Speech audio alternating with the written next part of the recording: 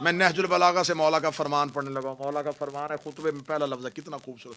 مولا فرماتے ہیں میں رسول کے پیچھے ایسے چلتا تھا جیسے اونٹنی کا بچہ ماں کے پیچھے چلتا. میں ایسے نبی کے پیچھے رہتا تھا ہر ٹائم.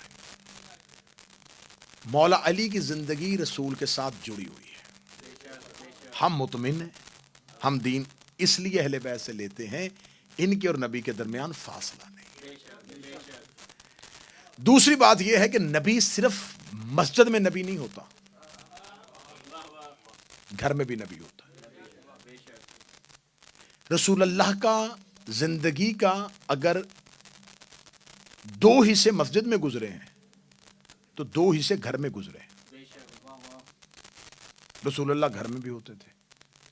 تو یہ نہیں ہوتا تھا کہ رسول جب مسجد میں آتے تھے تو نبی ہو جاتے تھے, گھر میں جاتے تھے تو عام انسان ہو جاتے تھے. نبوت یہ کوئی جاب تو نہیں ہے نا, یہ اللہ کا عہدہ ہے جو اللہ نے دیا. اب رسول اللہ گھر میں بھی نبی تھے, مسجد میں بھی نبی تھے. آیتیں صرف مسجد میں نہیں آتی تھی, گھر میں بھی آتی تھی. اگر ہم دین صحابہ سے لیں گے تو مکمل نہیں لے سکتے, کمپلیٹ دین مل ہی نہیں سکتا.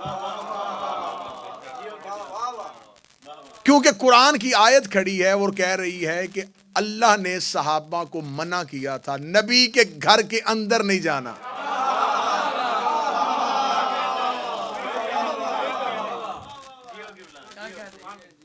خدا نے شرط لگائی, کنڈیشن ہے قرآن کی, تم نبی کے گھر کے اندر نہیں جا سکتے. خبردار خبردار, نبی کے گھر اگر جانا پڑ بھی جائے کسی مجبوری کے تحت, تھوڑی دیر بیٹھنا اور فوراً اٹھنا, زیادہ دیر وہاں بیٹھ کے آپس میں ایک دوسرے سے باتیں نہ کرنا. اتنا خدا سخت ہے اپنے نبی کے صحن کے بارے میں. خدا نے کہا اگر میرے نبی کے گھر میں جاؤ تو ان کے برتنوں کو بھی مسلسل نہ دیکھنا, میرے نبی کے گھر کا احترام اور تقدس کو مد نظر رکھنا. وہاں بیٹھ کے کہہ کے لگانا, ہنسنا نہ. میرے نبی کا گھر ہے, میرے نبی کا گھر ہے. آیت آج بھی قرآن میں موجود ہے.